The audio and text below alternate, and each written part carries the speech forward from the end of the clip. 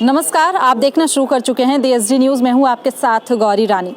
आज वित्त मंत्री निर्मला सीतारमण ने आम बजट को पेश किया है। आम बजट आज आम जनता के लिए खुल चुका है और इस बजट को लेकर पब्लिक की क्या ओपिनियन है, क्या सोचते हैं, इस बजट से उनकी क्या राय है, हम जानने की कोशिश करेंगे।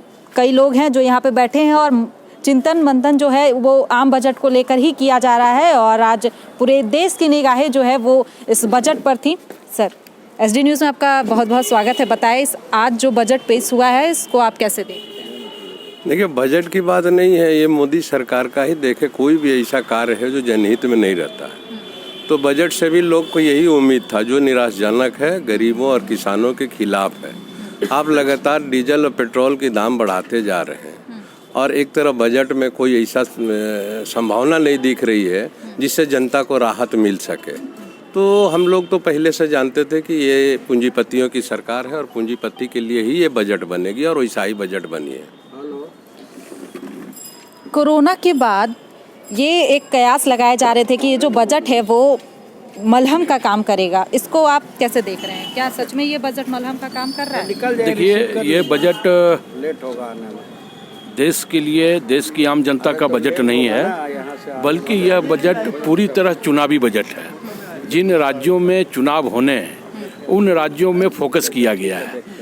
इस राज्य से, झारखंड राज्य से 12 लोकसभा के सदस्य भारतीय जनता पार्टी के हैं, लेकिन दुर्भाग्य है कि इस राज्य में इतने खनिज संसाधनों की भरमार रहने के बावजूद इस राज्य में कोई यूनिट जिससे कि लोगों को रोजगार मिल सके, ऐसी कोई स्थापना की बात झारखंड के लिए बजट में नहीं की गई है। तो बजट बिल्कुल निराशाजनक बजट है जो झारखंड के आवाम चाहते थे। आयकर में उनको राहत नहीं दिया गया। कोरोना वैश्विक मंदी के काल में पूरी अर्थव्यवस्था चरमरा गई है। जो लघु और सूक्ष्म उद्योग की लोन की बात होती थी वो खत्म कर दिया गया इस बजट में। तो बजट बिल्कुल पूरी तरह निराशाजनक बजट रही है। तो मानते हैं कि इस बार का जो बजट है वो पूरी तरह से निराशाजनक है। और अगर मैं झारखंड राज्य की बात करूं तो हर बार झारखंड को दरकिनार किया जाता है। इसको आप कितना सही मानते हैं? बिल्कुल, ये जब से हेमंत की सरकार आई है 2 बजट हो गया, उसमें पूरी तरीके से झारखंड का अपेक्षा किया जाता है। लेकिन मैं एक बात कहना चाहूँगा देशवासियों से कि अगर बीजेपी या मोदी जी अगर पूछे देशवासियों से कि 70 साल में कांग्रेस ने क्या किया, तो कृपया करके हाथ जोड़ते वो ना बताए, वरना उसे भी बेचना शुरू कर देंगे। जो हमने दिया उसे बेच रहे हैं, आप बताइएगा तो उसे भी बेच देंगे। और भी कई लोग हैं, उनसे भी जानना चाहेंगे कि आज का जो बजट पेश हुआ है उससे वो कितने संतुष्ट हैं, क्या लग रहा है इस बजट को देखते हुए कि आम लोगों के लिए फायदा पहुंचेगा इस बजट से? ये बजट जो है जस्ट एक बड़े से डब्बे में अच्छे से रैपर किया हुआ, जैसे किसी को गिफ्ट देते हैं, रैपर काफ़ी सुंदर लगता है और अंदर में कुछ नहीं है। तो एक ही लाइन में मैं बोलना चाहूँगा, ये बजट काफ़ी निराशाजनक है, जिससे घोर अपेक्षा किसानों और मध्य वर्ग तथा गरीबों को किया गया इस बजट में।